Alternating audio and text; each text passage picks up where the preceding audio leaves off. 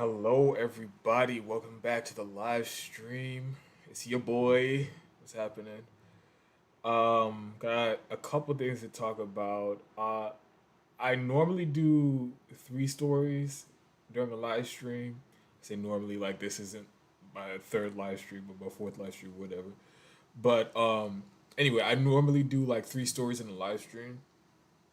Um, the third story I was gonna do, I actually want to do a little bit more research, so I'm gonna hold off on that. I already made the thumbnail for the video, the live stream, so it's already there. So oops. So I only have two stories to go over with you all. Two stories prepared. We'll see what's happening in the chat if there's anything else that comes up that you might want me to talk about. And you can obviously tell the stories in the headline, but I'll give a brief intro while I'm waiting for people to come in. But before I do, actually, let me talk to y'all about something. So you all know, you all just helped me get new equipment for the show. I bought a new laptop less than no, like 2 weeks ago. Like literally the day after I bought the laptop, that was the first day I did the live stream. And I bought lights and and other things too. I have to set some stuff up still, but I'm finding out that the fucking laptop now is just turning off randomly, and needless to say, I'm pissed off, and it hasn't. It's annoying, and I obviously have to return it now or exchange it, but it didn't happen in like any extremely inconvenient time as of yet. But just now, it turned off while I started the live stream, and I had to restart the whole fucking computer. So I'm sorry, this light is really bright. All these lights are really bright, but so I had to restart the computer and go through that whole process and it killed the live stream. And now I'm just sitting here praying to God that this shit don't turn off again while I'm in the middle of a live stream. Uh, but anyway, what's going on with y'all? What's happening in the chat? Uh, du- du- du- du- du- uh, Zanitu says, "Hey Dantel, how are you? Is it true that Rome from Fred Hampton Leftist asked you to join the network?" Um, I guess since you know this, that he must have told people, or other people at Fred Hampton Leftist must have said something. But yes, I was asked to join Fred Hampton Leftist, and I declined because that's just I prefer to just do my own show, as you guys can tell. Um, that's just the content and the style that the show's always been in. Um, but that being said, I do support the Fred Hampton Leftist Network. Uh, I try to promote all the hosts anytime I get the chance. I go on live panels.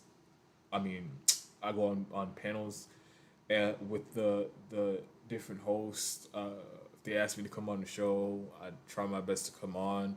I actually still waiting to be on with Nick from Fred Hampton Leftist.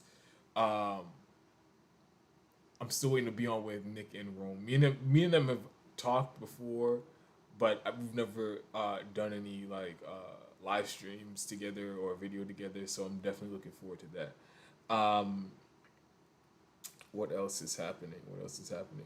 So I guess I'm just gonna wait for a couple minutes, maybe like 2 more minutes, and then we'll start with the first story. Uh, I don't think I gave you guys my little run through of the stories we have going on right now. But give me 1 second. I'm working on some technical things in the background as it is. Give me 1 second.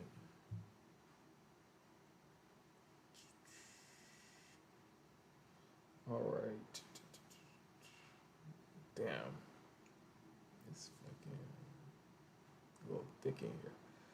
All right, so did you all have like a third story that you wanted me to talk about? Because like I said, I was only going to be able to talk about two stories because I have to do more research on the other one before I sit down and do a live stream on it.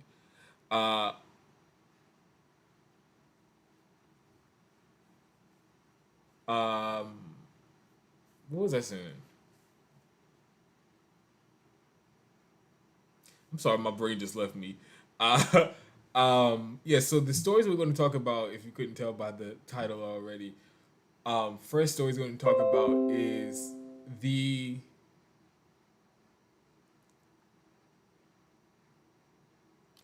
I cannot fucking believe it. Like this battery literally is not working on this laptop. I'm about to blow a fucking gasket.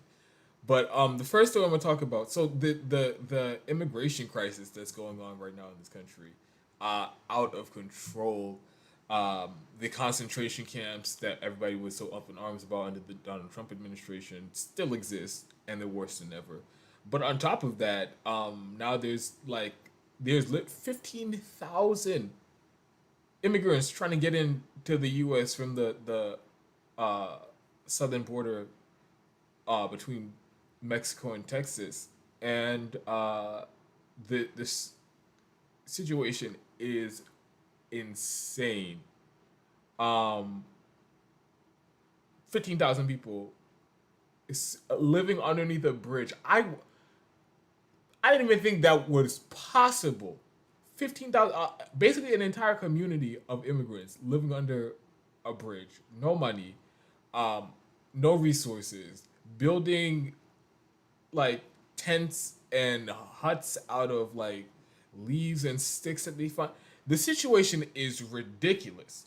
Um, so I'm gonna talk about that because there's a new development on the story. So, um, previously Joe Biden was being his typical right wing anti immigrant self, and he was deporting um thousands and thousands of migrants that were coming into the country, and Haitians in particular. There was record numbers of Haitian deportations, and so that was going on. But now there's news over the last couple hours that he is looking to have a private contractor open up one of their concentration camps on Guantanamo Bay.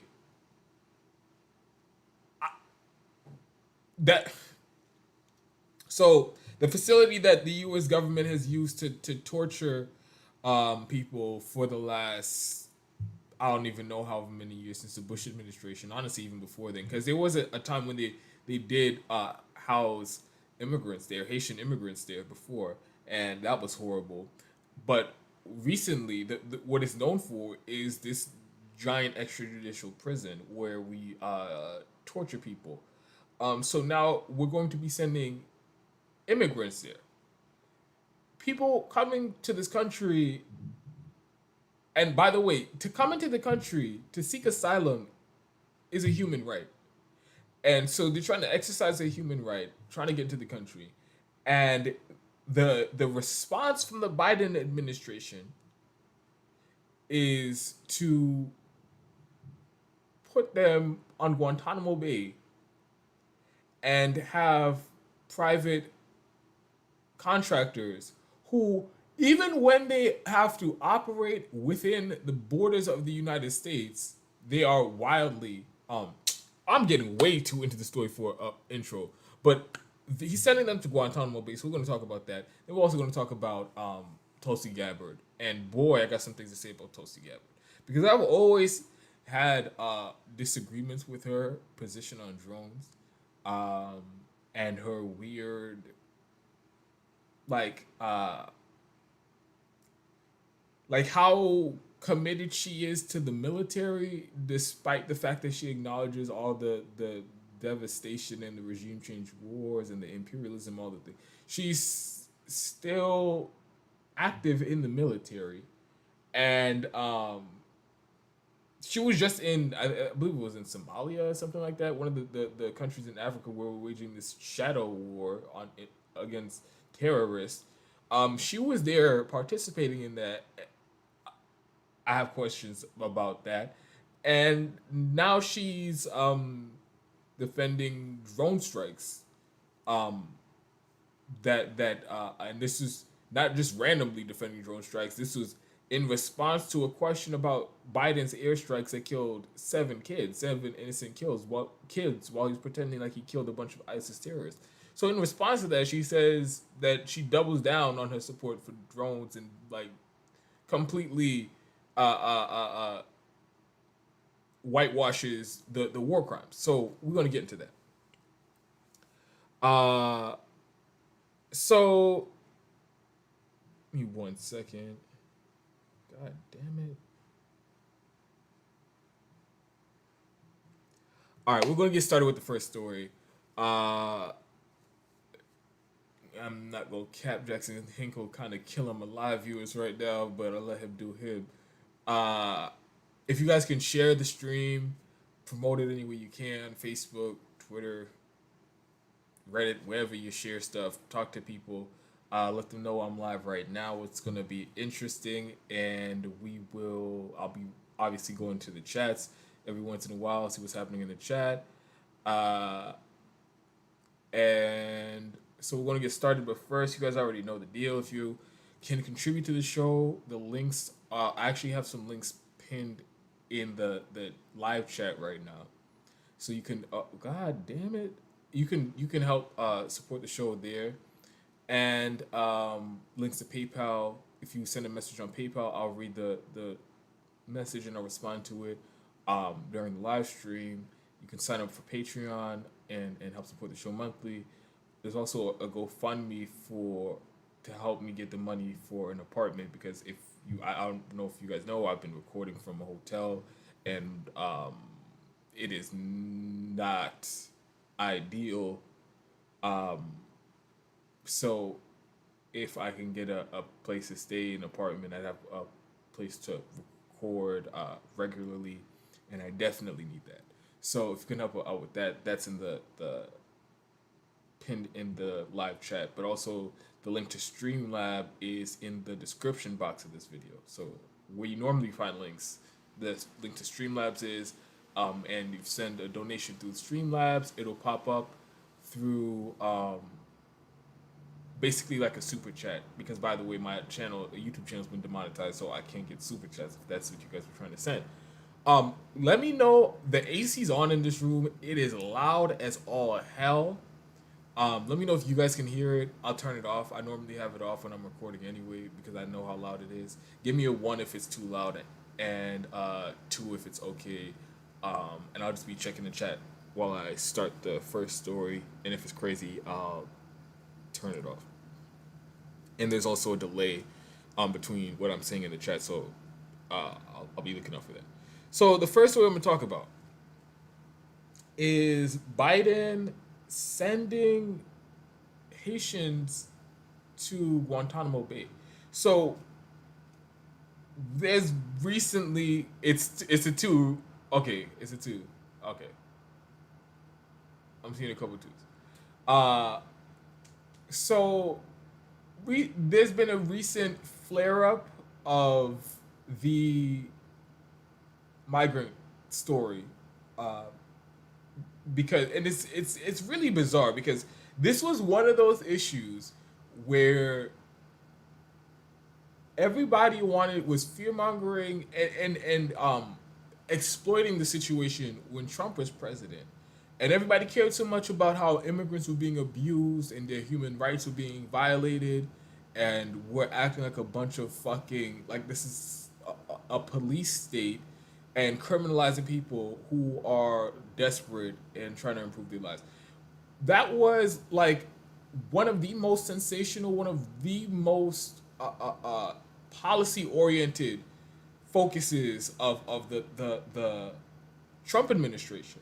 But nobody wants to talk about that anymore now that Democrats completely control government, and they're doing the same exact shit that Trump is doing. In fact, they're using some of this very same barbaric policies that the Trump administration put in place, like the what is it, 42 something, the executive order to that was crafted at, allegedly in response to COVID, to give the president authorities to deport people coming into the country, migrants coming into the country. So people really aren't talking about the horrific conditions and the horrific actions of ICE and the Immigration and Customs and Border Patrol.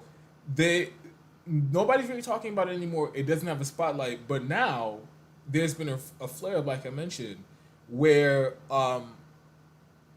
there are 15,000 migrants trying to come into the country right now they're stuck at the Texas Mexico border, but there are 15,000 people living under a bridge trying to get into the United States, have absolutely no money, have no belongings, in the middle of a fucking desert.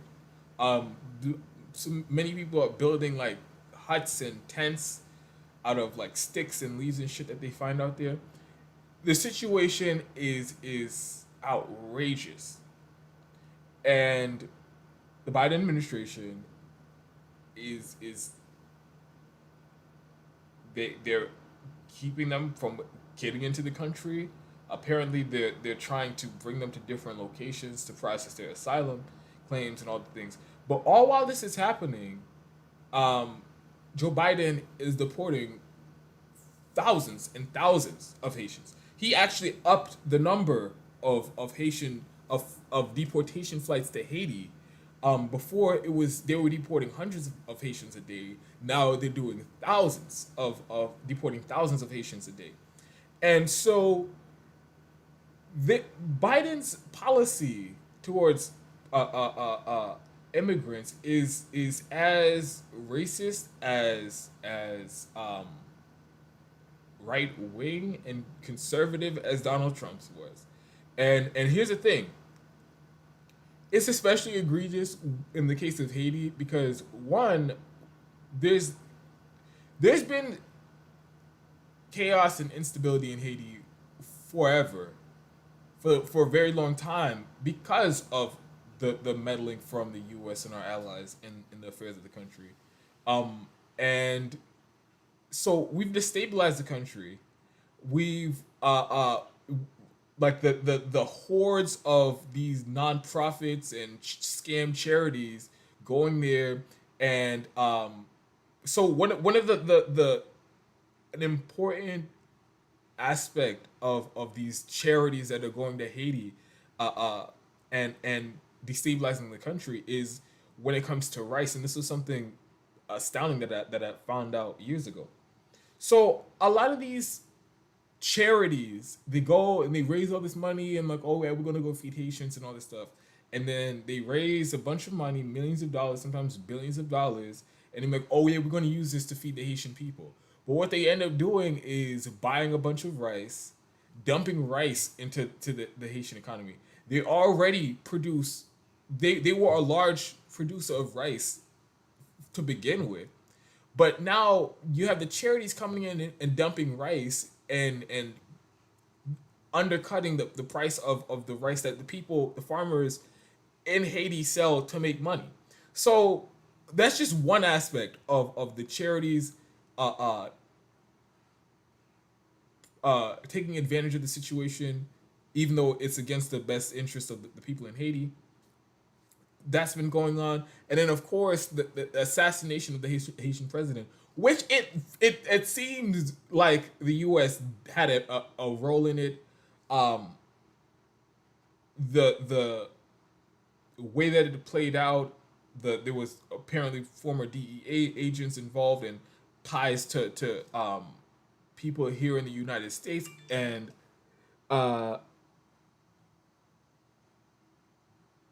so we've created the political instability in the country, and with assassinating the president, and then on top of that, there was just an earthquake, another huge natural disaster, and ruined people's homes again.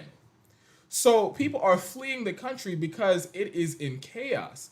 And so now Biden doesn't give a fuck. On top of that, a pandemic's going on. He doesn't give a fuck, and he's deporting record numbers of Haitians.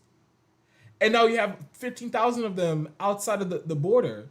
And so his response to that is, it's not, hey, let's see if we can, how we can get these people housing, how we can get them processed faster, how can we make it so that we don't have thousands of people living in the fucking desert, and when we can accept them into the country and improve their living situation.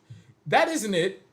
Now he's talking about allowing contractors, the same private prison groups who profit off of the concentration camps that we have immigrants in this country, and the same private prison groups that profit off the police state and the mass incarceration in this country.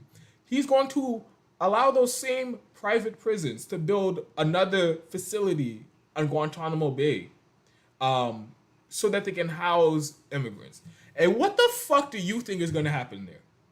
The island where most recently it's known for the U.S. having a military base there, extrajudicial military base, where they send people who they claim are terrorists with absolutely no trial, many times they don't even see a lawyer. They just literally kidnap people from around the world, send them there. And then there was a torture scandal. Well, there was an the Bush administration set up the International Torture Network, Kidnapping and Torture Network. And Guantanamo Bay was one of the facilities that they had. So it's still open to this day. There's still prisoners in Guantanamo Bay who never had a trial, never talked to a lawyer, still being held there because something the CIA, who's wrong about every fucking thing, said they were a terrorist. So now they're sitting in Guantanamo Bay, and they have been for years. And for all we know, they're still torturing people there. So all that's going on in Guantanamo Bay. Instead of Biden pushing to close that stain on our history, he's going to allow other people guilty of heinous human rights violations to build this prison and to house migrants. And this is one of those instances where you can't tell me they're just that fucking dumb that they have no foresight to see what's going to happen when they do that. They know exactly what the fuck's going to happen. They do not care. And their donors, on top of that, are going to make a bunch of fucking money from building the facility and the blank checks that the government gives them to run the facility. So that's really all it comes down to. And as it does with the carceral system that we have when it comes to migrants anyway. So it is... So what do you think is going to happen? These people don't follow the law when they're operating in the United States, and they are like in view of the public and in the reach of Congress and other authorities who are supposed to have oversight of them. They still don't give a fuck. They still will violate people's human rights, and they'll still treat people like shit and have them in cages and run literal concentration camps. So when you put them in an island where there is, they act like there's no law. There is no, the U.S. courts don't really have jurisdiction over it.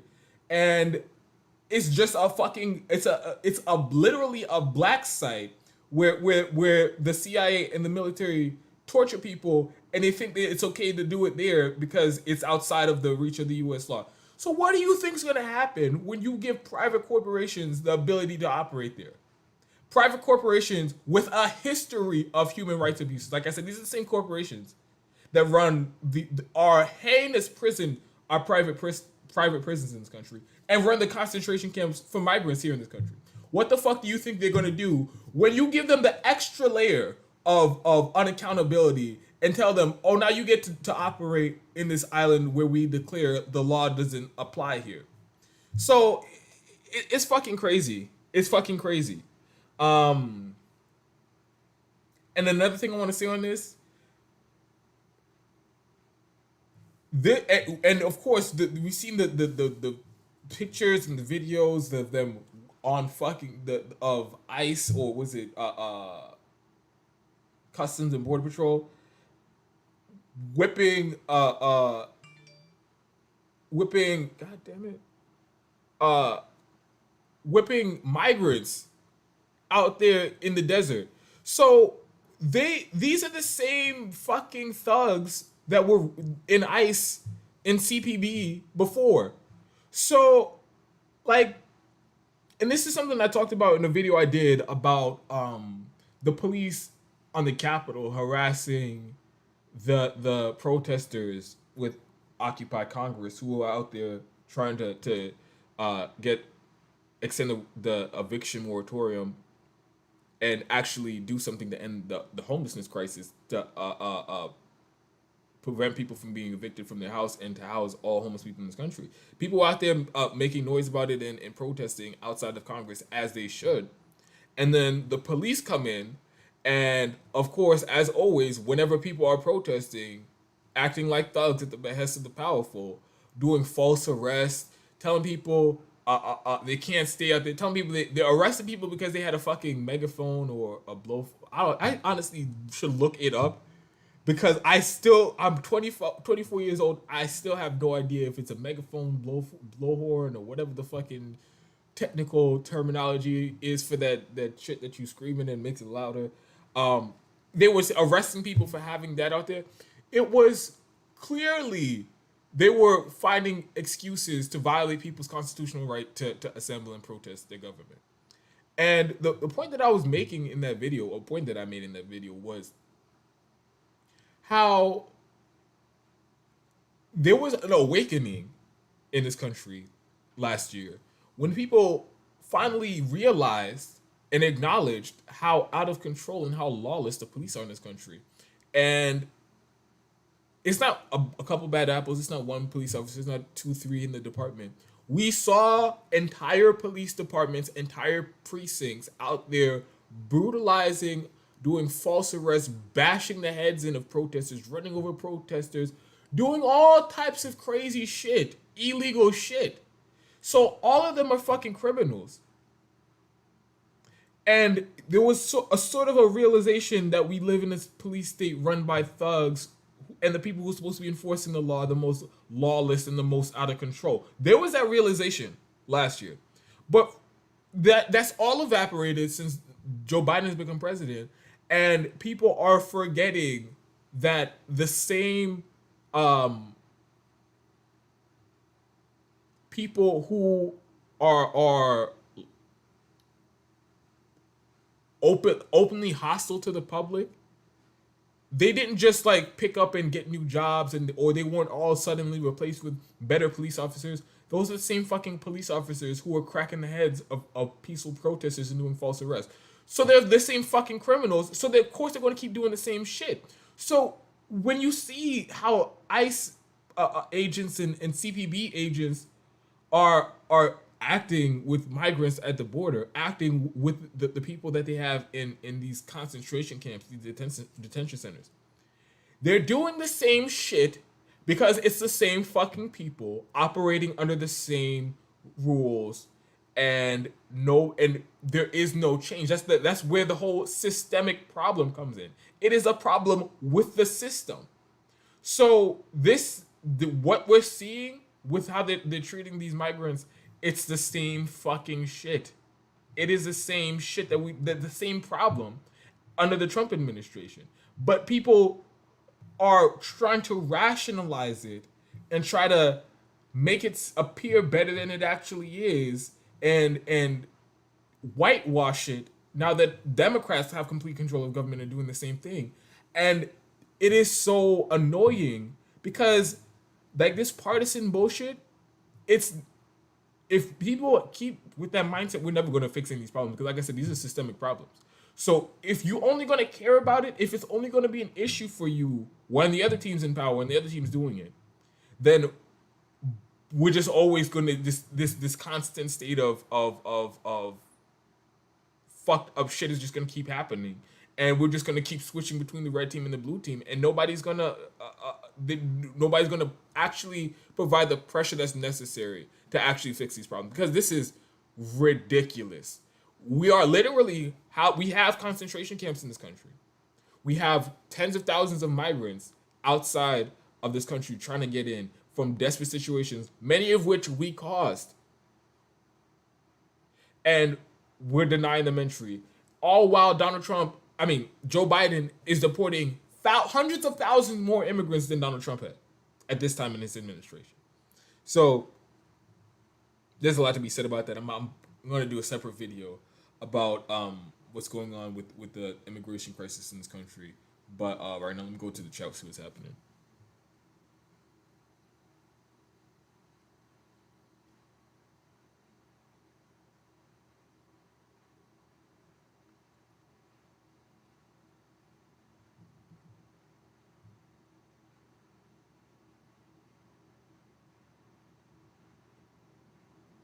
Um,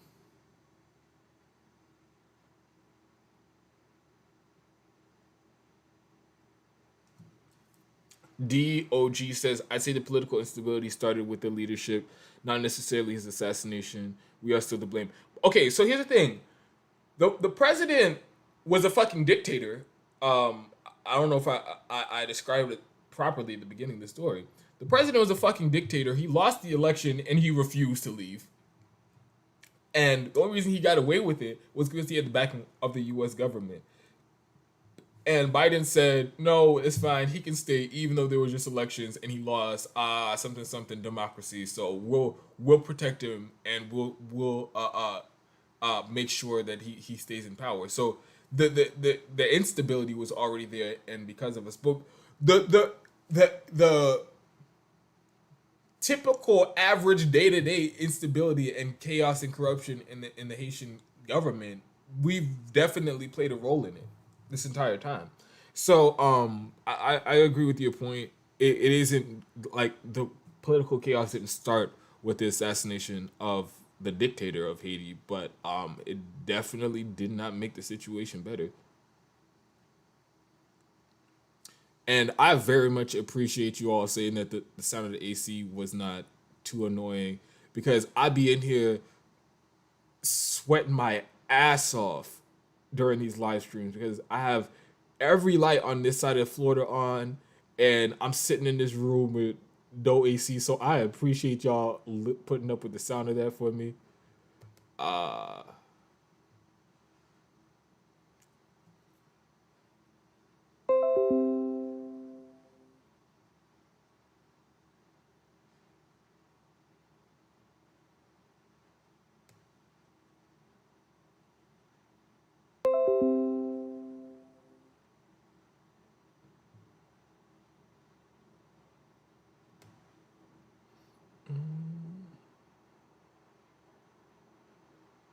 All right, so my best friend donated to my GoFundMe. There's a GoFundMe in the links in the it's pinned in the chat. One of my best friends donated to it. Thank you, Sarah. I appreciate that. Good looks. Oh, and you texted me. I read your text. I don't know if you're still watching, but I read your text, and I've been so busy. And I'll I'll let you know. I'll text you back because I definitely read all your texts. I just been too busy to respond. Uh, See, and I told y'all, I'm notoriously hard to get in touch with. Even if you have my number and you got the direct line and you text me, and you're my best friend that I've known since like third grade, it might be 2 weeks until you get a text back from me. So I'm telling y'all, I read the messages. I'm slow to return. Silu says, unapologetic, like the way your brain works. Keep it up. Thank you so much. I appreciate that. Hero Go says they only cared when Trump was the bad guy in charge. Yep, that's definitely, honestly, that shit kind of makes me sick the partisan bullshit around this issue and so many other issues, it kind of made me sick. And these same people were out there fucking browbeating us and making us. They were literally trying to compare us to Nazis, saying we're Nazi supporters and all that shit because I said I was going to vote for racist ass, segregationist ass, mass incarcerating war criminal Joe Biden. And because of that, people were acting like, oh, well, that obviously means you support everything Trump does in his policies. Ironically, as they voted for somebody who was going to be a continuation of Trump and all his shitty policies. Austin B says partisanship is a cancer in this country. Yeah, it really is. And I do what I can to get people to try to see things in a different way because, I mean, it is astounding to me how people at this late date think there's any difference between the Democrats and the Republicans. And that mythology, it really is. It is keeping people from revolting and pushing back in the way that I think would be most productive. If people realize, oh, the Democrats aren't all bad and the Republicans aren't on my side, and the other way around, oh, the Republicans aren't all bad. I mean, the Republicans aren't the only problem, and the Democrats aren't all good. If people had that realization, then they would understand, okay, this whole thing is a scam, and it's just the powerful are getting away like fucking bandits, and everybody else is getting screwed. And that is really the only dynamic that makes sense to look at politics and to look at what's happening right now in this country and really around the world. So the faster people can wise up to that, I think we would be in a better position as a country. But I'm going to get into this Tulsi Gabbard shit now. If you guys don't have anything else to say, and thank you all so much for showing up in the live stream. Appreciate it as always. Like to interact with the audience, and at the moment, this is kind of the best way to make content right now. So if you support the show, you support the stream. The links are in the live chat, PayPal, Patreon, the GoFundMe for an apartment, so I have like a permanent place to record. All that is there. If you want your message to pop up on screen like a super chat, the link to Streamlab is in the description box of this video. So normally where you'd find links to the video, you can find the links to Streamlab and send a message, read it on screen, and I will respond. But now let's get into this Tulsi Gabbard thing. So on this channel, during the 2020 Democratic primary, I was sympathetic to Tulsi Gabbard. I was sympathetic to her supporters because, first of all, that was before I rarely gave up on any politicians ever doing anything in this country to help people. But so at the time, she was definitely and still is one of the best politicians in this country.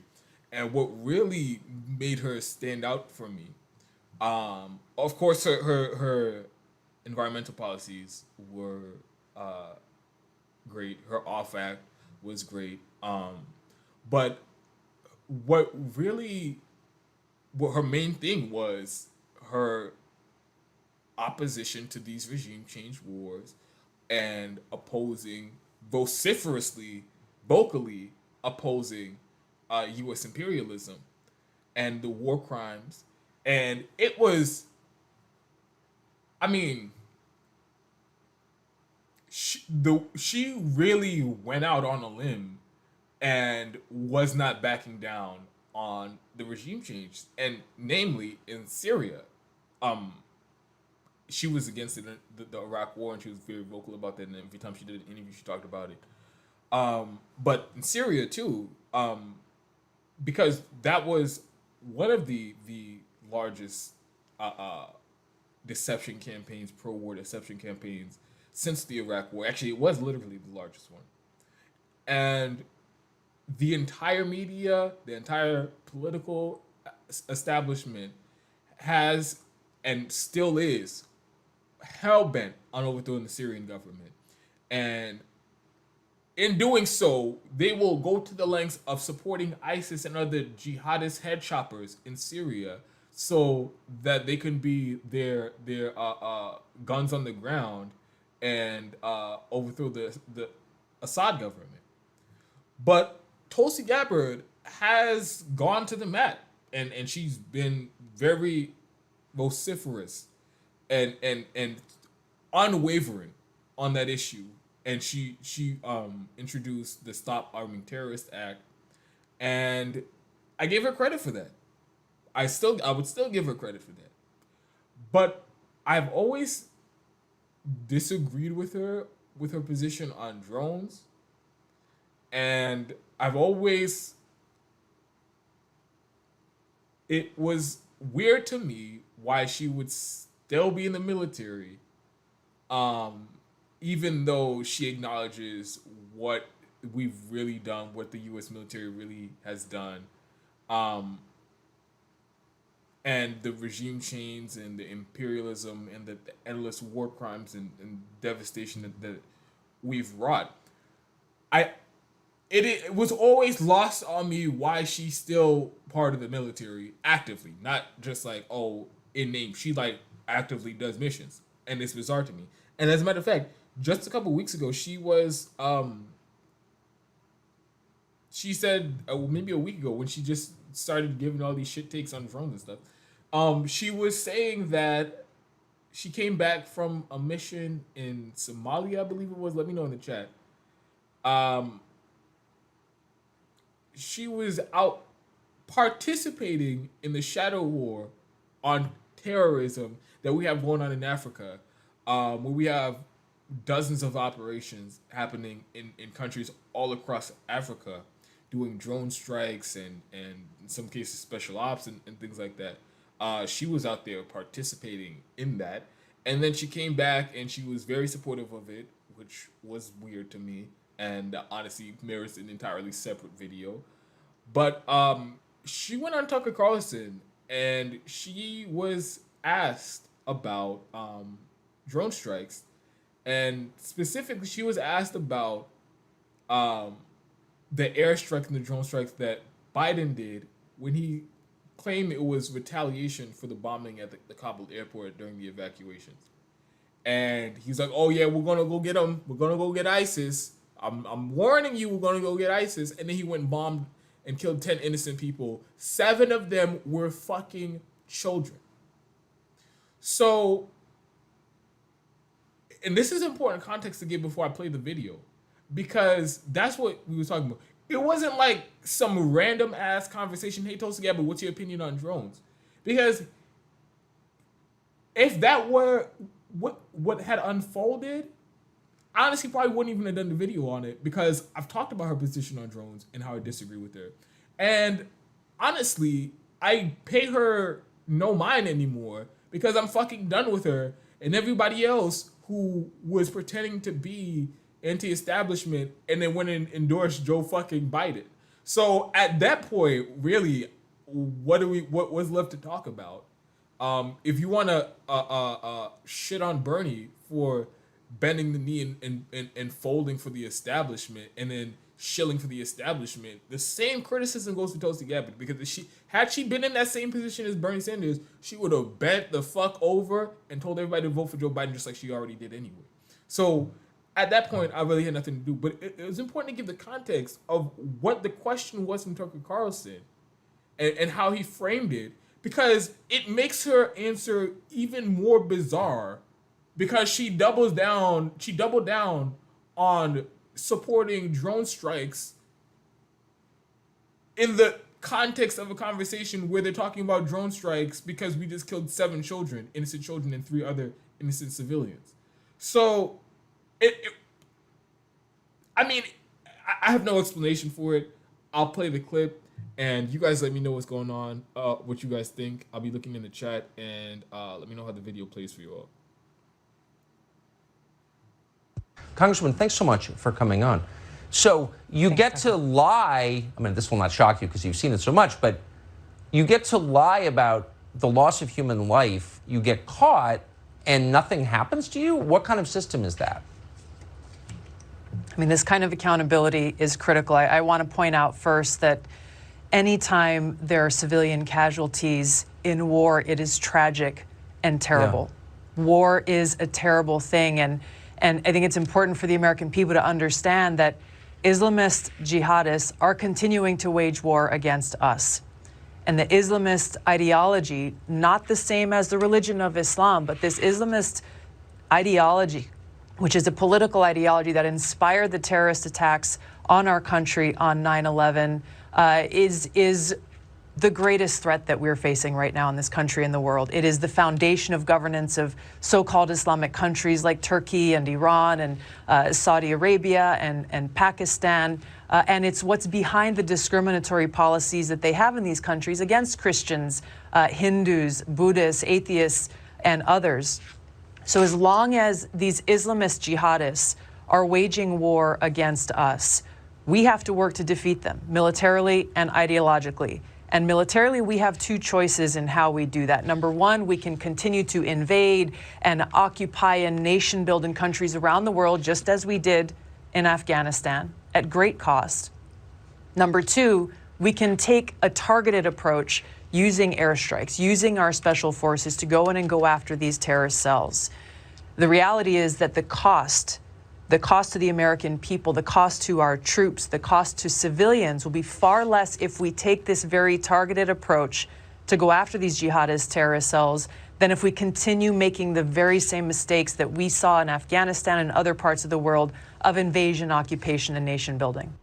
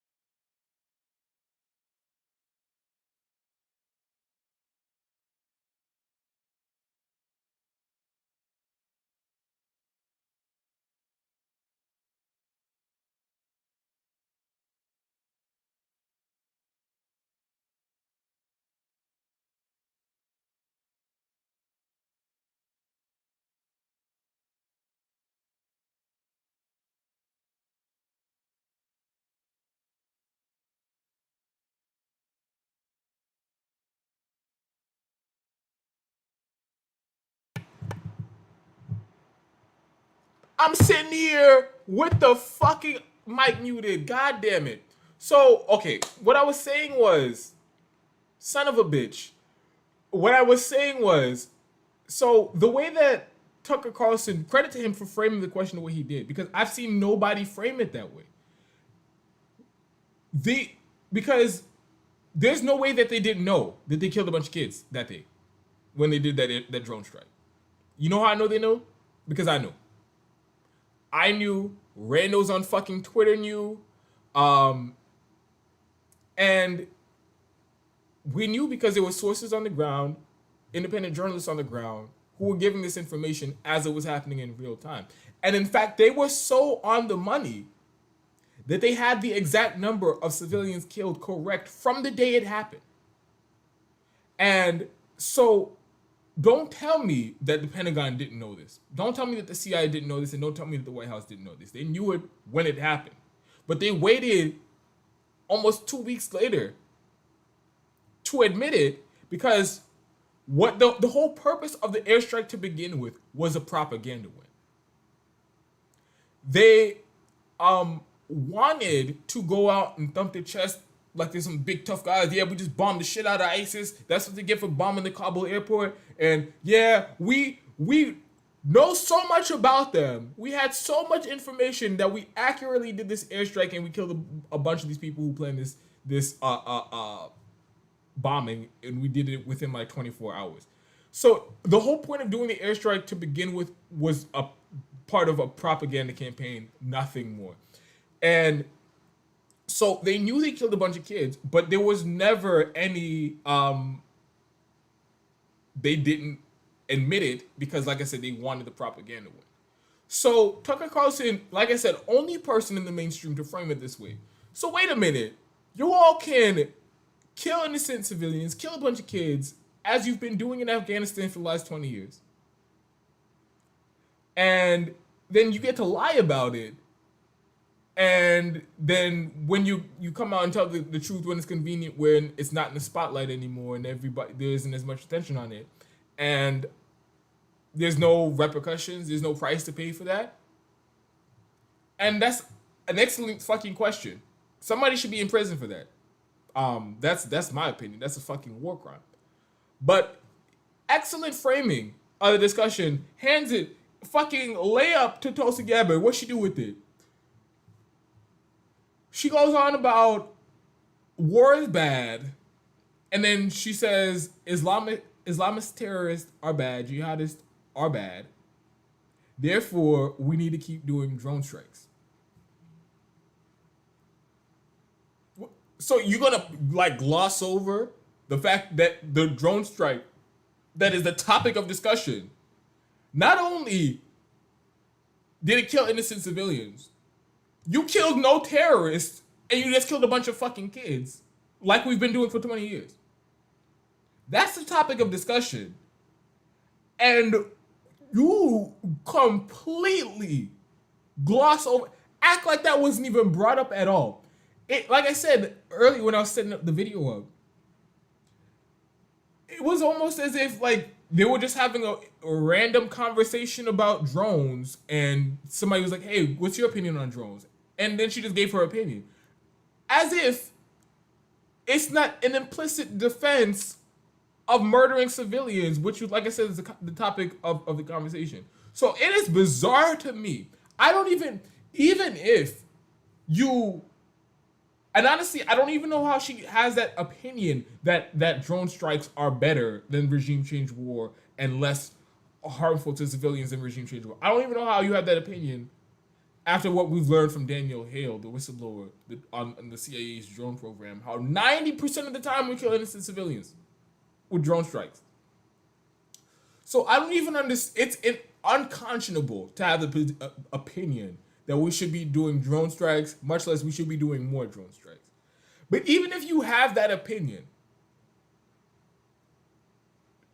for you to double down in the face of being presented with a scenario where people once again pretended like they had it all correct, they had all the right information, acted on it, did a drone strike, and then killed a bunch of innocent civilians.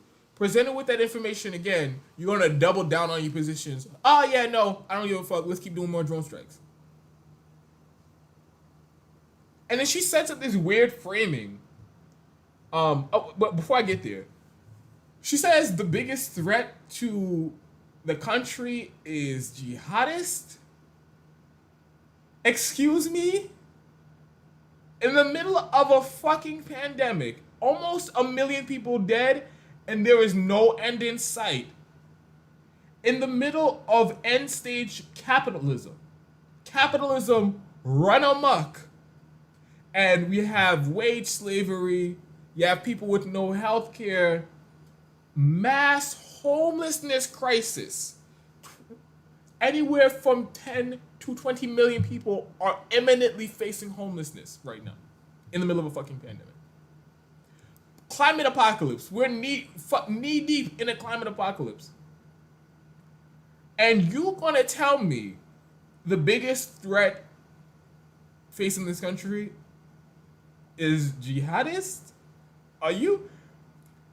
See, I've like I said, I've always had my disagreements with Tulsi Gabbard, but when you say shit like that, and I know how smart Tulsi Gabbard is, when you say shit like that and you literally just repeating talking points from any type of Bush era neocon you can think of, any Obama era neocon, any Trump era neocon you can think of, you're literally repeating their bullshit to justify the war on terror, that jihadists are the biggest threat to this country right now. When you repeat shit like that, I have no other way to go with this other than you being disingenuous and you're just pushing your own agenda. And no matter what the evidence is, you are going to swat it aside and you're going to, like I said, just push your narrative and push your agenda. That's the only interpretation I could come away with that. What the fuck was that? Jihadism? Well, the country is burning. This shit is falling apart at the seams. And she's going to say jihadists are the double one threat. It's not capitalism. It's not the rank corruption. It's not the corporate capture of our government. And the government being completely unresponsive to the public. It's not the oligarchy. It's not the climate apocalypse. It's jihadists. Oh my God. And then she sets up this weird framing, right? Again, in response to being asked about a drone strike that killed a bunch of kids, 7 kids, and 3 other innocent civilians. And she acts as if the only, like, she sets up this false dichotomy, as if you got two choices: regime change or drone strikes that kill civilians 90% of the time, and there's nothing else that you could pick from. Those are the only 2 options, and if you don't support the drone strikes that kill 90% civilians, well, then you must support regime change. How about this, Tulsi? How about fucking neither? How about neither? How about neither? How, after 20 years of genocide for profit in Afghanistan, you gonna come out and say that the people, the military, and the CIA, who has been inflicting that genocide, you're gonna say, I'm gonna give them license, and I think that it is the right course of action to have those same people continue this war on terror in Afghanistan to protect the Afghan civilians. Again, we're killing more Afghans than the Taliban. We're killing more Afghans than any type of jihadist threat, any type of extremist threat in the country.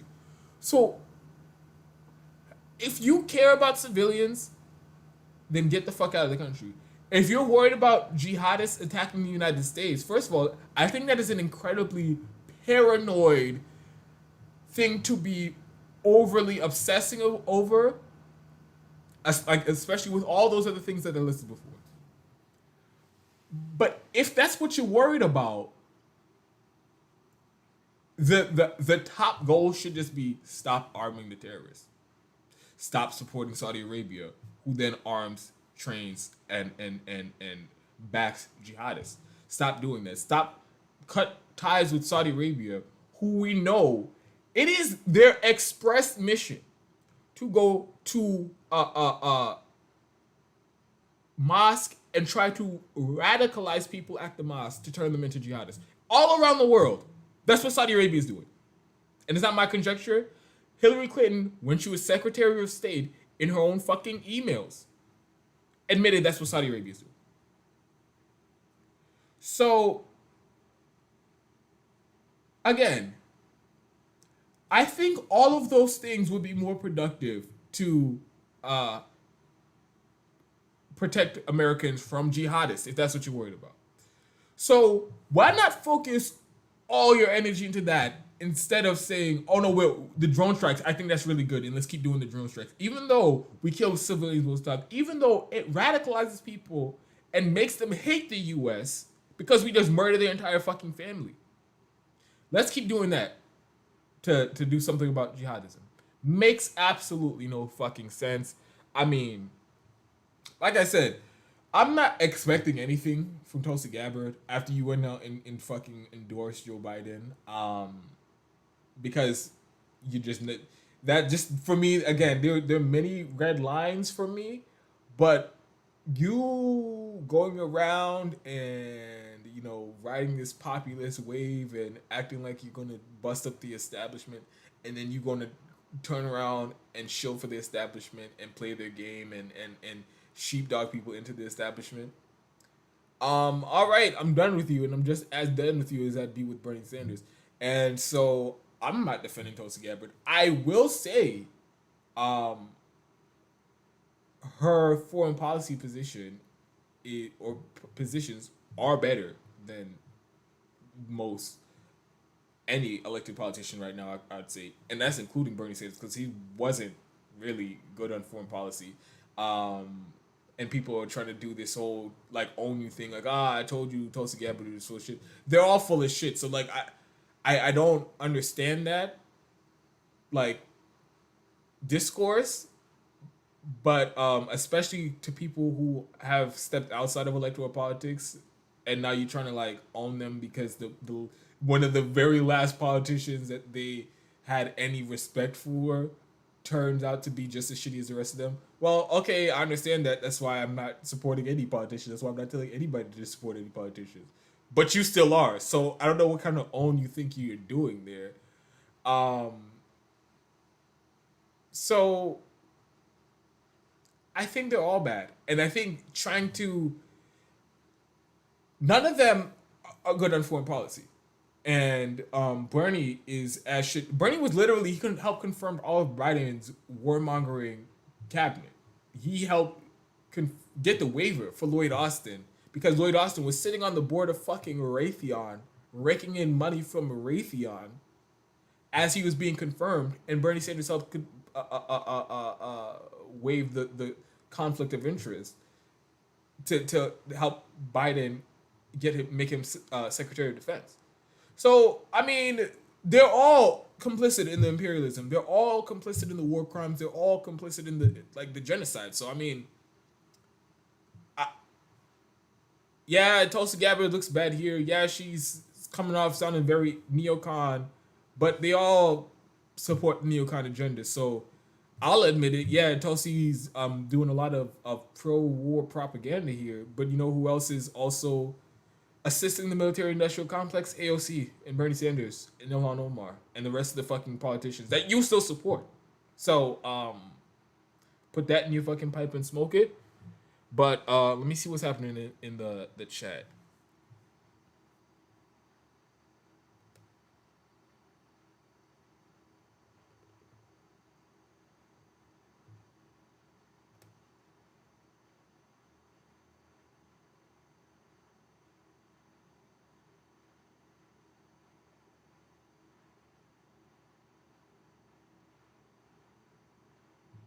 Gregory Wonder Whale says Tulsi's position on drones is not a position on drones. She just says drones are a weapon like a machine gun and need to be used appropriately, not wildly.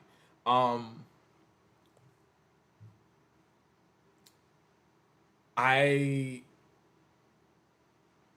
kind of understand what you're saying, and I disagree with it on a couple different ways. One, there is an ethical question about drones to begin with, because it's not like a machine gun.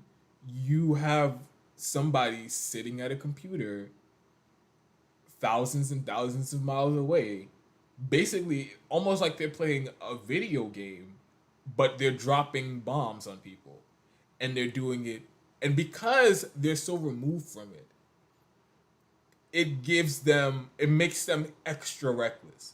So I don't agree with, oh, it's just a tool, it has to be used properly, because just the dynamics of it it's going to lead in that direction anyway, of dehumanizing people and making people reckless anyway. And then on top of that, there is a lot of evidence that shows if you use a machine gun correctly, you're not going to kill innocent people.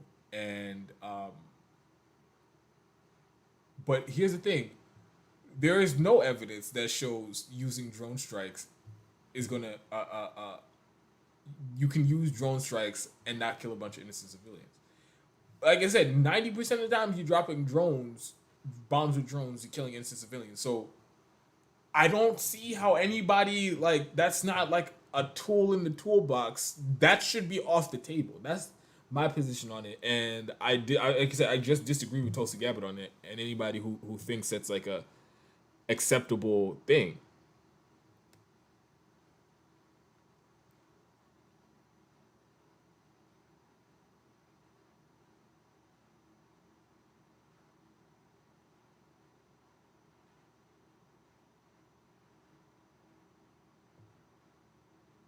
Zani2 says, pretty sure you don't get to pick your missions while in the military or just get to leave. It's a 4-year contract. With that said, if she resigned in the last 2 years, you absolutely... Yes, she did resign. She's fucking proud of it. And that's another thing. She's giddy about it. It's not like they're dragging her by a fucking collar or something like, you gotta come with me to fucking wherever now. No, she's like giddy about it, and she keeps re-signing up. So she loves doing this shit. She keeps and then another thing, and Jimmy Dore pressed her on this. She keeps she's recruiting more people to join the military. So it's not like anybody's dragging her to do this shit. And again, with the thing with Somalia, it's not like, oh, I'm in the military and they station me here, I have to go.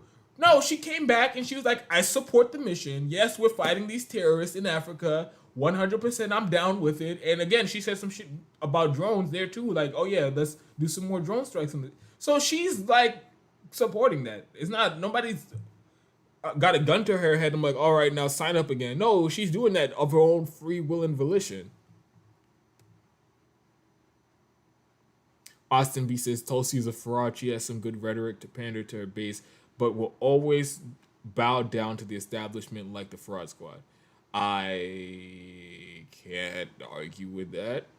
Like I said, there's a lot of rhetoric. And the thing with Tulsi was that I also gave her a lot of respect for during the campaign was she was holding anti-war rallies. She was holding anti-regime change rallies. And she was a sitting politician. I mean, who else is doing that? Who is doing that? So I always gave her credit for that, because it would be one thing if she wrote the Stop Arming Terrorists Act and she just let that shit die in Congress. But she was pushing it. She was holding rallies about the regime change, and she was activating people on that issue. So, I mean, the core of what you're saying is correct. She will fold to the establishment, like I said, endorsing Joe Biden. But there was some action there. That's one of the reasons why I kind of liked her. Gregory Wonder Wheel says Islamist jihadist ideology is no worse than capitalist ideology. I think that is Tulsi's greatest analytical weakness. I would say it's not even close, which is worse. This capitalist brain rot. I mean, the amount of lives that have been ruined at the altar of capitalism and worshiping money is uncomprehendable. We're literally about to destroy the planet right now at the altar of corporate profit. So I wouldn't even compare the damage that's been done from the worship of money to what some head choppers in the Middle East have done. They've wreaked havoc, and it has been a nightmare. It's been hell on earth for people in their direct vicinity who they can reach with their fucking machetes and their guns and stuff like that. That is 100% no doubt. But if we're talking about scale and the amount of destruction and devastation, it isn't even close.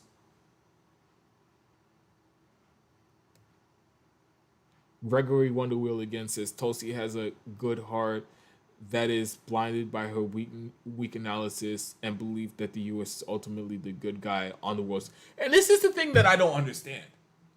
How do you make such a coherent argument about regime change, the military-industrial complex, and the endless war crimes, but then you still believe that the U.S. is a good? I legitimately at this point believe she's either lying or she has some type of literal mental issue where she just like the cognitive dissonance, like she cannot reconcile, like she's literally basically has like a split personality or something. Because I don't understand how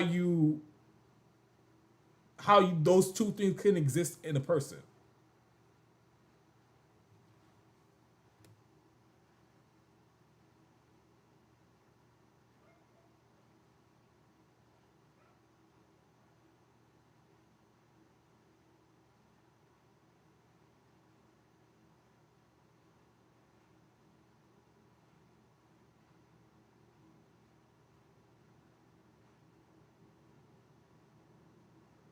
Christopher Forhan says, "Yo, Tulsi took her ball and went home." That ass, and that's the thing. Like it really looks like they all just like they're phoning it in at this point, and they have no intention of changing shit. It's like they woke up and they realized, oh, this shit is bad, and I might as well just like coast off of the celebrity that I got and ride off of my diehard fans until the end of time, and just gonna do that, and I'm just gonna go through the motions. I'm just gonna phone it in every day, and that's just what I'm gonna keep doing. That's honestly that's how all these politicians have come across, and it's really weird. Like none of them have any intention of fighting at all. Like I keep saying.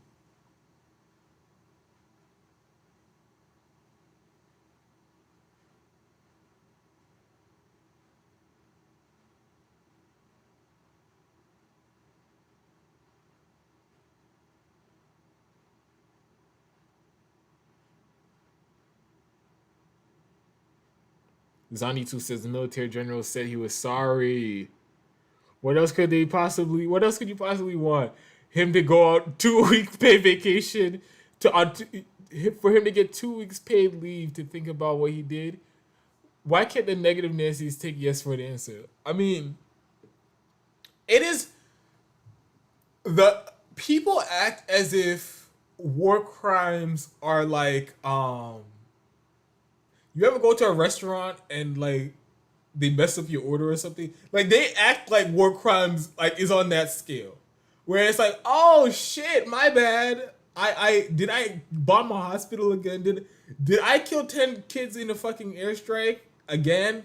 Oops, my bad. Oh, is there going to be like a criminal investigation? Anybody here losing their job? Anybody here going to prison? Oh, no. None of that's going to happen. I said I was sorry. I said I was sorry. Isn't that good enough? Like, what the fuck is that? And then the media just goes along with it. The media goes along with it. I haven't heard a single one of them ask for a resignation. Not a fucking head to roll over this. Honestly, somebody could be asking for Joe Biden to resign over this. That's how serious this is. And again, this is just one instance. Like, there's no fucking repercussions for it, and this shit just keeps happening.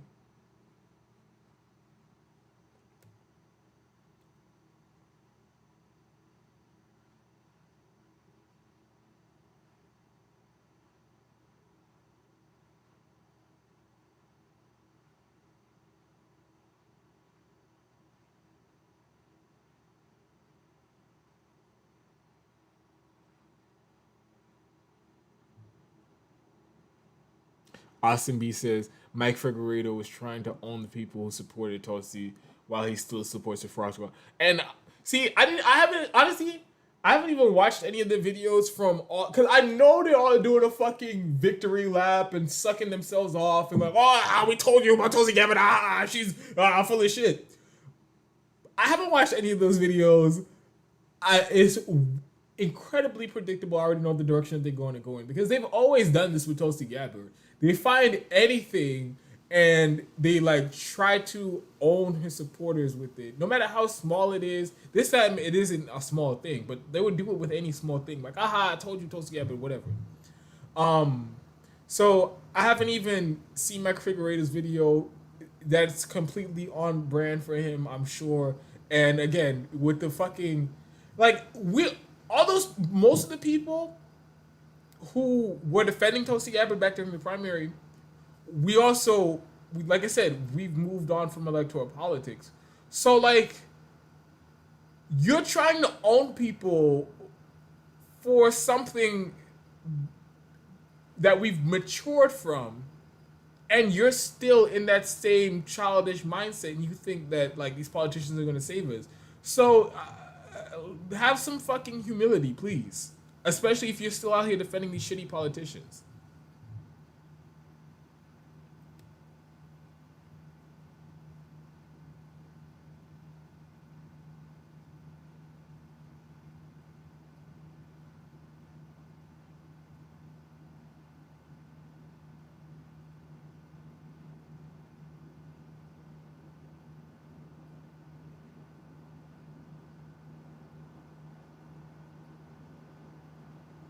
Jamie Nick says she really fooled us. Yep.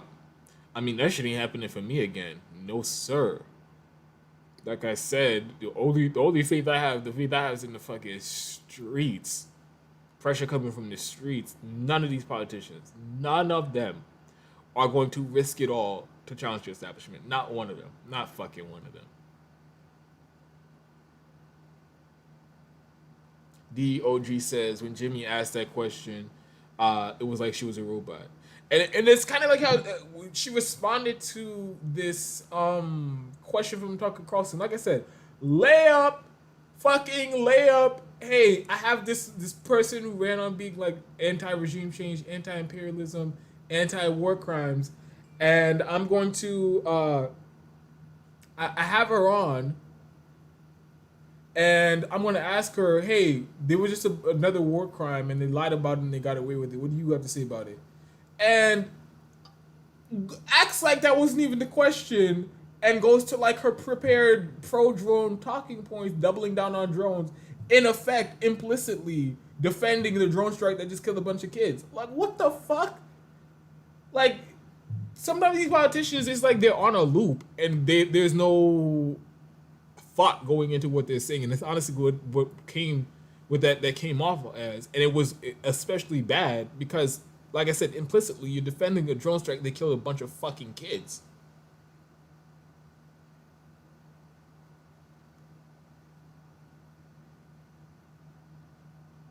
Austin B says, I don't want to be a downer, but I have zero hope for the future. And then you have over and over, maybe okay, so that's something else. So Austin B says, I don't want to be a downer, but I have zero hope for the future. I would be lying if I said I don't have that feeling too. My optimism has gone down greatly. I think it's still there, but I just, for me, where my hope is like I always say, it's in the streets. But this tiny shred of optimism that I'm holding on to, it's because I'm willing to admit that there's limitations to my own imagination. There's limitations to my own thought and my own perspective of things. I don't know everything. I can't envision everything. And I don't know what the spark is that's going to bring the change. I don't know exactly how it's going to turn out. I don't know what like the whole process will be, but I know deep down that this is untenable. This is untenable. So I don't know how long it's going to take, but I have faith that at some point people are just going to say this shit is enough is enough. That's what my hope is for the future. And it doesn't look like anything like how I thought it would be in 2015, where we elect some type of lefty president, and he brings up in the lefty army in Congress and the Senate, and they're fighting for our policies inside and out in the streets, and then we win the day that way. It's not going to happen that way. It's going to come from the streets, and exactly how it comes and how ugly it's going to get, I don't know, but it's definitely uglier than I thought it would be back in 2015. But I like I said, I still have a shred of hope that at the end of it,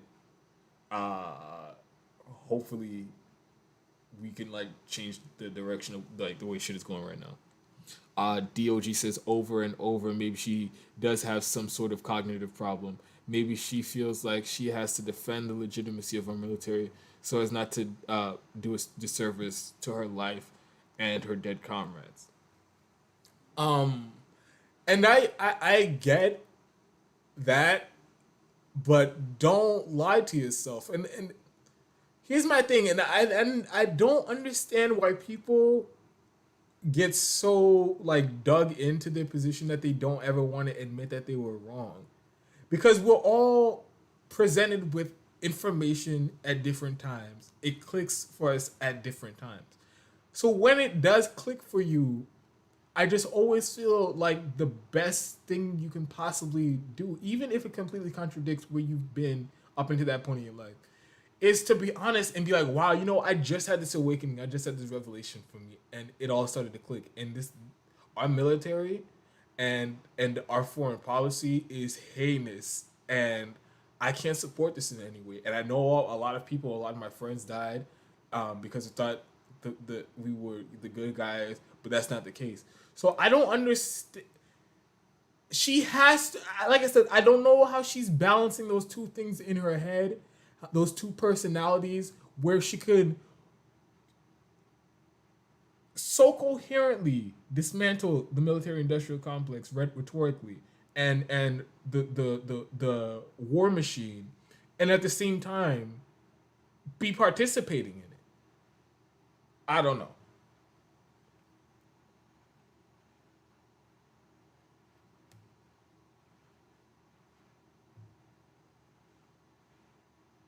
Javier Aguila says, you're one of the very few online leftists I trust. Keep up the great work, bro. Thank you. I really appreciate that. Honestly, those are some of the best comments that I get from you guys, because I know what it's like to, like, especially when you, like, when you come, if you came into like you were introduced to this new media space when everybody was pretty, especially for the times that we were in and the amount of information that we had at the time. Everybody in this space felt like they were doing good. Even if some were better than others, even though if you thought some were better, like more effective than others. There was this this feeling that everybody was, it was a net positive that everybody was contributing. And then for the times to change, the situation to change so drastically, and then them all to go to shit and not meet the moment, that is a terrible fucking feeling. And you do feel lost, especially because it's harder to find regular people in your life who agree with you on policy and are like actually not, I don't want to say woke, but they see through the oligarchy, they see through the duopoly, and they see through the military industrial complex. It's harder to find people in real life that are on that level. So when the people who were kind of there with you just fall off and go to shit, like I said, it's kind of lonely. So, and that was one of the reasons why I started the show, is because it got to the point where I was like, nobody is doing any like content that's worth a fucking damn, with the exception of Jimmy Dore. So I was like, okay, so this whole space is gonna go to shit, and nobody is gonna be a voice of reason anymore. Nobody's going to make any sense on in this space anymore. So I said, fuck it, I'm gonna do the show, and I don't care how many people watch it.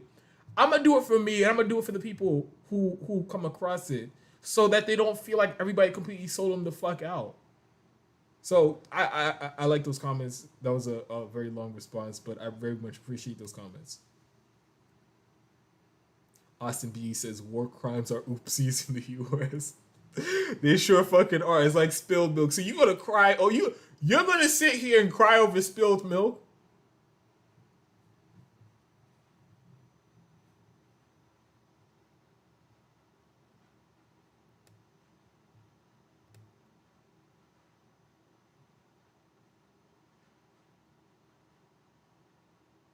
Austin B says you should check if TYT blocked you. They blocked anyone who criticizes them.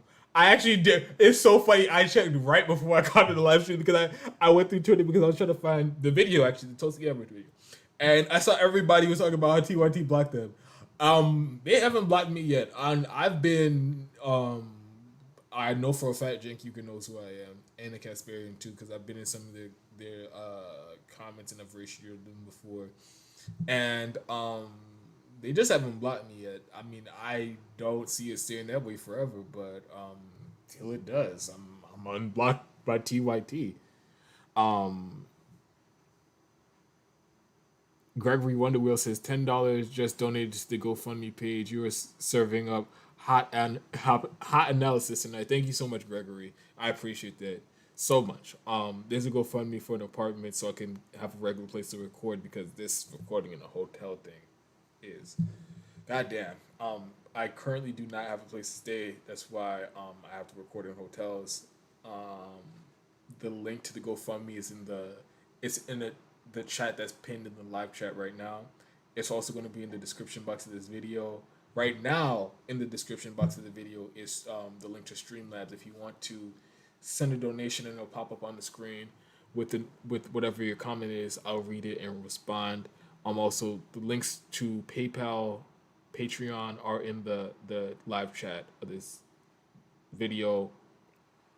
So if you want to help support there, I'd greatly appreciate it.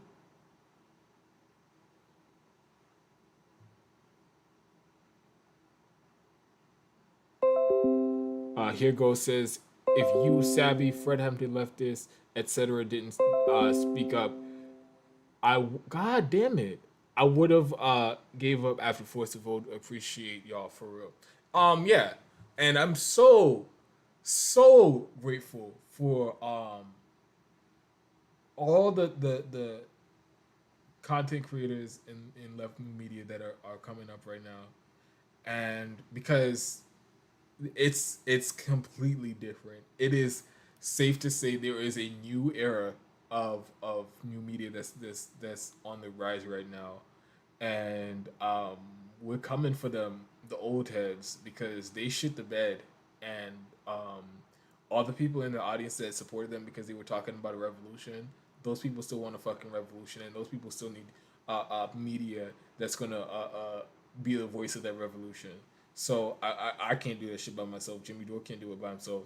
So I think more importantly than any of our individual channels growing is the fact that there's so many different people now coming up in the space and contributing, and it really is it's a great thing to see. All right, y'all. So we did go an hour and a half, which is good because, like I said, I had to drop one of the stories last minute. So I only did 2 stories. So we did an hour and a half. I appreciate everybody who showed up in the live stream. If you can, contribute to the show in the links that I mentioned a million times before. I will be doing another live stream tomorrow. Show up for that. Pop out. Come out. See your boy. If anybody has anything else to say it now. Forever hold your peace, because I'm about to end the stream. Had a long day. Hopefully some good news, but I'll inform y'all on that later. Jody Okafort, thanks for showing up to the stream as always. Appreciate you. Thank you and have a good night. You too. And with that being said, I'm gonna log off. Thank you all. I will. I have videos, clips to upload from previous live streams. That Jimmy Dore interview, I definitely want to upload that. Either gonna do that tonight or tomorrow. Y'all let me know. Actually, who's ever in the chat? Let me give me a 1 if you want that Jimmy Dore video, that Jimmy Dore interview with Dr. Malone on the vaccine. Let me know. Give me a 1 if you want that video tonight, regardless what time it comes out. Give me a 2 if you can wait for it till tomorrow night for me to drop that video. And then after I get some responses from the chat, then I'll end the stream. And like I always mention, there's like a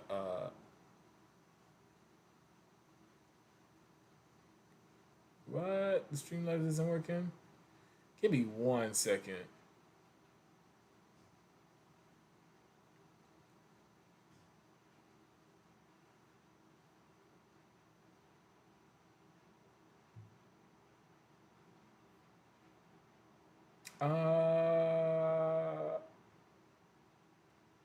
Hold on 1 second, Gregory. I'm gonna check on the Streamlabs situation.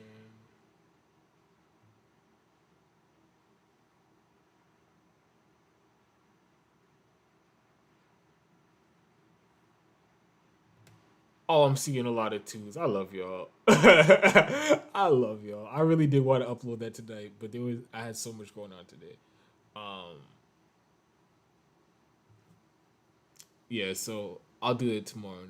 I'll definitely have that video for tomorrow night. It was such a great interview that Jimmy did. Also, Franco from Frank Analysis at the Fred Hampton to the Fred Hampton at the MCSC network with Nico House. He also interviewed Robert Malone. So yeah, go check that interview. Bryson Akana says, I appreciate rational thought and analytical abilities. I appreciate unapologetic. Thank you so much for that. Red Economics says, we have no way of knowing the true death toll because the PCR test can't diagnose C19. Look, I don't think we're gonna know the exact death toll for a while. I do think that at the very least it's hundreds of thousands of people dead. I really do believe it's over well over 500,000 people dead. But regardless, hundreds of thousands of people dying unnecessarily in this country, and it didn't have to be this way because there was countries that advanced countries with big cities, major cities, millions of people, where they got it under control and they had like less than 1,000 deaths or around 1,000 deaths. And it is unconscionable to me that we let it get this bad. That's just how I feel about it. So I would never argue with anybody on the exact number, because like I said, there's just no way to know. And with everything else around COVID, they've fucking been manipulating the numbers, and I really can't trust. I mean, you have fucking Cuomo and the New York Health Department willing to lie about tens of thousands of fucking deaths with no repercussions. So I can't argue with anybody and tell anybody that, oh, you definitely got to believe this data because somebody says so. I can't do that. So there's a giant crisis of credibility going on right now in the institutions that we're supposed to trust, and it's a fucking shame. Like I said, in the middle of a fucking public health emergency, and there's nobody we can trust to give accurate information, accurate fucking data. The CDC lying all the fucking time, Fauci lying, making shit up all the time, covering his own ass because he might be responsible for the pandemic. The White House, the politicians lying all the fucking time.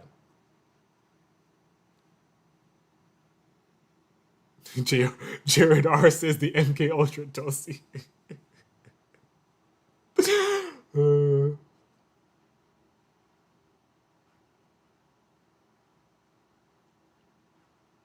Red Economics says, not to mention Event 201 ignoring valid treatment to get emergency approval for injections, etc. Yeah, like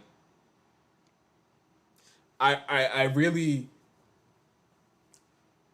I don't know. We're in a weird place, man.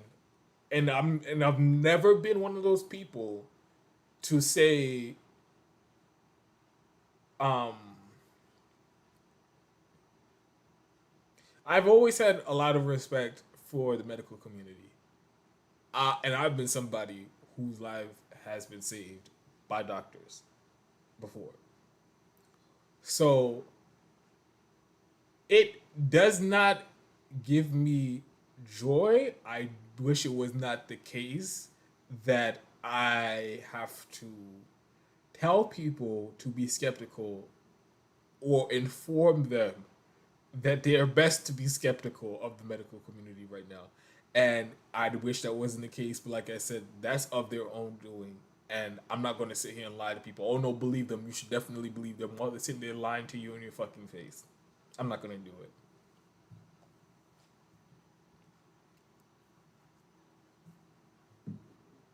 But like I said, thank you all for showing up to the stream. I will have that video for you all tomorrow.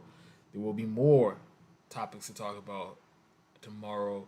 Follow me on Twitter. Let me know at me if there's any topics that you want me to cover in the live stream tomorrow, or comment it in any of the videos that I've posted on my YouTube channel. Comment it and let me know if there's anything specific you want me to talk about.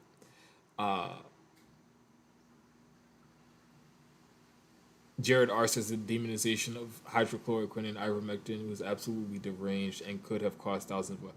And like, one, Dr. Robert Malone, one of the only people being real about the influence of the pharmaceutical industry in public policy right now. Because everybody's trying to pretend like they don't have a massive, like they aren't dictating public policy in a way that benefits them financially. Everybody's pretending like that's not the case, and all of a sudden, now these are all honest actors who care about the public good. So Robert Malone also mentioned like how they've demonized a lot of the potential treatments, and they're trying to like ban it and outlaw it and demonize it, and he described it in a really great way. Like, they aren't allowing physicians to practice their craft. These doctors have practiced medicine for years. They've all picked up different things, and of course right now where it's like the great unknown, nobody knows what the fuck is happening, nobody knows exactly how to treat it, but they've all picked up things in different ways to treat certain symptoms, and they all share information. And so sometimes they might say, oh, this might work, you have nothing to give your patient, so try this. And whenever that's happened with these treatments during COVID, immediately it's like, oh no, don't do that, you can't do that, and if you do that, it's bad, in fact it might actually kill you. Why not let them test it? We don't know what could. For all you know, there can be a medicine that's out there that makes it so that once a person with COVID is sick and then they get the treatment, it basically eliminates the risk of them dying. That medicine could be out there. And then we wouldn't have to worry about these risky, unsafe, and increasingly less effective vaccines. Then you have something to treat it so that people won't die from it. That you can mass produce it, make it an over the counter medicine. So this mission that it seems some people are on to demonize any and all treatments is fucking bizarre.